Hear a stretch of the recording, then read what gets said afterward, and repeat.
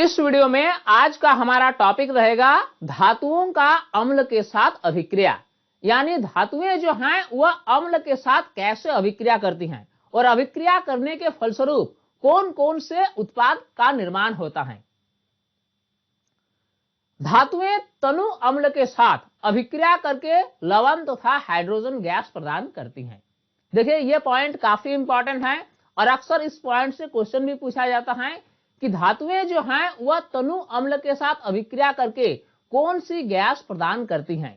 तो देखिए बात क्लियर है कि धातुएं जो हैं वह तनु अम्ल के साथ अभिक्रिया करके लवण बनाती हैं और हाइड्रोजन गैस मुक्त करती हैं।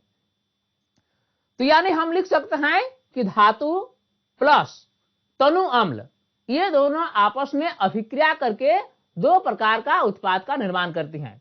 पहला है लवण और दूसरा है हाइड्रोजन गैस। यानी धातुएं जो हैं वह तनु अम्ल के साथ अभिक्रिया करके लवण और हाइड्रोजन गैस प्रदान करती है। आइए हम एग्जाम्पल के तौर पर समझने की कोशिश करते हैं कि ये मैग्नीशियम जो है वह तनु हाइड्रोक्लोरिक अम्ल के साथ कैसे अभिक्रिया करती है। चूंकि मैग्नीशियम जो है वह ठोस अवस्था में होती है, इसलिए ब्रैकेट में हमने एस लिख दिया। अब ये जब मान लेते हैं कि हाइड्रोक्लोरिक अम्ल के साथ अभिक्रिया करती हैं, यानी HCl के साथ अभिक्रिया करती हैं। चूंकि हाइड्रोक्लोरिक अम्ल इस अभिक्रिया में जलीय विलयन में होता है, इसलिए ब्रैकेट में AQ लिख दिया गया। तो जब ये मैग्नीशियम तनु हाइड्रोक्लोरिक अम्ल के साथ अभिक्रिया करती हैं तो ये दो प्रकार का पदार्थ बनाती हैं। पहला तो ये है कि मैग्नीशियम क्लोराइड यानी MgCl2। चूंकि ये जलीय विलयन के रूप में होता है, इसलिए ब्रैकेट में हमने AQ लिख दिया। अब मैग्नीशियम क्लोराइड के अलावा हाइड्रोजन गैस भी मुक्त करती हैं। चूंकि यह हाइड्रोजन जो है गैसीय अवस्था में होता है, इसीलिए ब्रैकेट में हमने G लिखा। अब देखिए हमने क्या देखा कि ये मैग्नीशियम जो है ये तनु हाइड्रोक्लोरिक अम्ल के साथ अभिक्रिया करके मैग्नीशियम क्लोराइड बनाती हैं, जो कि एक लवण है और हाइड्रोजन गैस मुक्त करती हैं।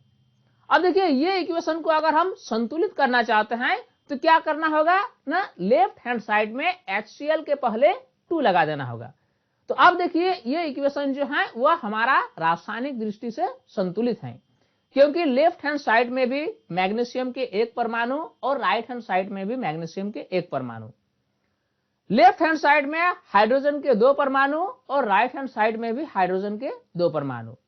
क्लोरीन का परमाणु की संख्या भी लेफ्ट हैंड साइड में 2 है और राइट हैंड साइड में 2 है।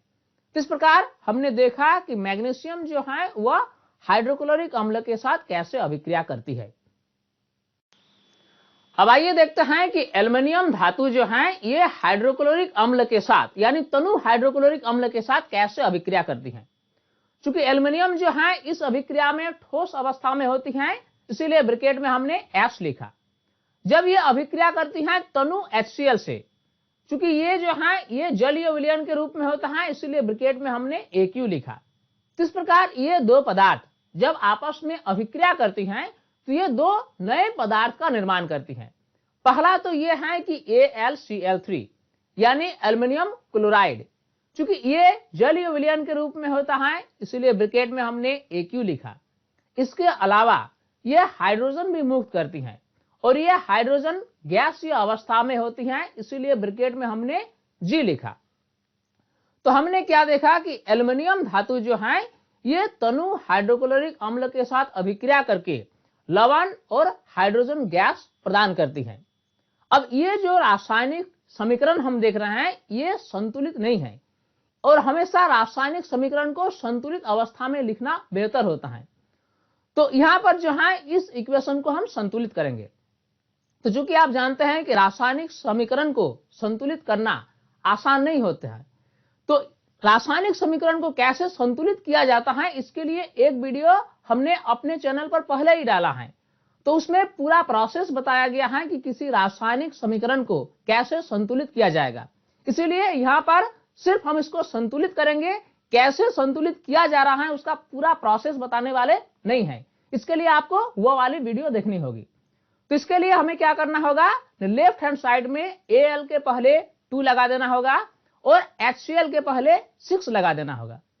ठीक इसी प्रकार राइट हैंड साइड में AlCl3 के पहले 2 और H2 के पहले 3 लगा देना होगा। इस प्रकार ये रासायनिक समीकरण हमारा संतुलित हो गया। अब आप देख सकते हैं कि लेफ्ट हैंड साइड में भी और राइट हैंड साइड में भी एल्युमिनियम के 2 परमाणु हैं। ठीक इसी प्रकार क्लोरीन की परमाणु की संख्या लेफ्ट हैंड साइड में और राइट हैंड साइड में 6 है। इसी प्रकार हाइड्रोजन परमाणु भी लेफ्ट हैंड साइड में 6 हैं और राइट हैंड साइड में 6 हैं। इस प्रकार ये रासायनिक समीकरण हमारा एक संतुलित रासायनिक समीकरण है। चलिए अगला एग्जांपल हम ले लेते हैं जिंक का। यानी ये जिंक जो है वह तनु हाइड्रोक्लोरिक अम्ल के साथ कैसे अभिक्रिया करती है। चूंकि जिंक सॉलिड फॉर्म में होता है इसलिए ब्रैकेट में हमने S लिखा। तो जब ये HCl से अभिक्रिया करती हैं जो कि जलीय विलयन है तो ये 2 प्रकार का पदार्थ बनाती हैं, ZnCl2 यानी जिंक क्लोराइड, और ये जलीय विलयन के रूप में हमें प्राप्त होती हैं, इसीलिए ब्रैकेट में Aq लिखा गया। इसके अलावा ये हाइड्रोजन भी मुक्त करती हैं जो कि गैसीय अवस्था में होती हैं। इस प्रकार हमने देखा कि जिंक जो है वह तनु हाइड्रोक्लोरिक अम्ल के साथ अभिक्रिया करके लवण और हाइड्रोजन गैस प्रदान करती है। अब अगर इससे हम बैलेंस करना चाहते हैं तो सिंपली क्या करना होगा, लेफ्ट हैंड साइड में HCl के पहले 2 लगा देना होगा। अब आइए नेक्स्ट एग्जांपल हम लेते हैं आयरन का। यानी लोहा जो है वह तनु हाइड्रोक्लोरिक अम्ल के साथ कैसे अभिक्रिया करती है।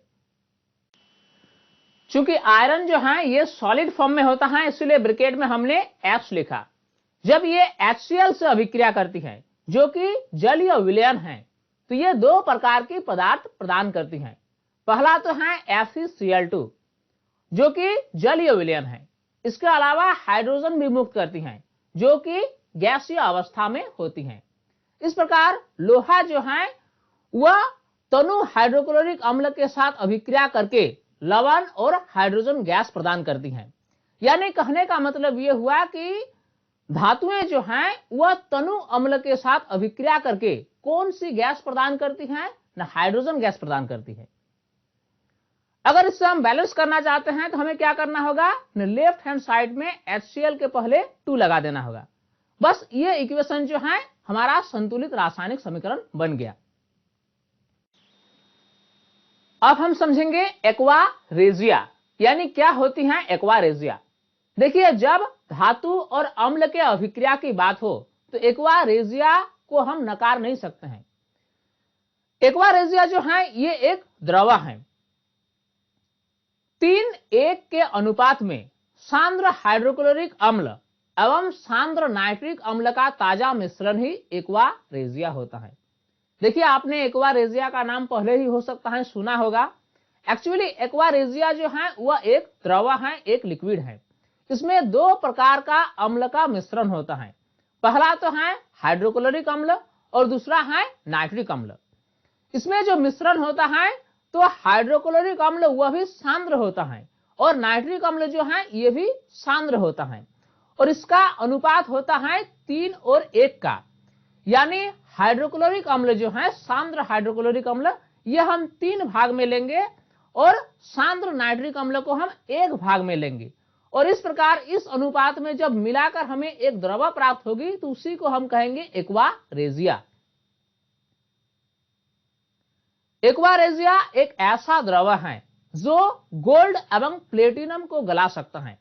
देखिए इसकी खासियत यह है एक्वा रेजिया का कि एक्वा रेजिया में इतना शक्ति है, इतना क्षमता है कि वह सोना और प्लेटिनम को भी गला सकता है। जबकि HCl या HNO3 में से किसी अम्ल में अकेले यह क्षमता नहीं होती कि वह गोल्ड या प्लेटिनम को गला सके। देखिए यही तो खासियत है एक्वा रेजिया का। क्योंकि एक्वा रेजिया जो है वह सांद्र HCl और सांद्र HNO3 का मिश्रण है 3:1 के अनुपात में। और ये मिश्रण जो है ये मिश्रण इतना शक्तिशाली होता है कि ये गोल्ड और प्लेटिनम को गला सकता है। लेकिन अकेले में यानी अकेले अगर हम HCl ले लें या फिर अकेले HNO3 ले लें तो ये गोल्ड या प्लेटिनम को गला नहीं सकता है। ये तभी गला सकता है जब ये दोनों का मिश्रण बनाकर हम एक्वा रेजिया बनाते हैं। यानी गोल्ड और प्लेटिनम को गलाने की क्षमता एक्वा रेजिया में ही होता है किसी एक में नहीं होता है। अब नेक्स्ट वीडियो में हम पढ़ेंगे धातुओं की सक्रियता श्रेणी के बारे में।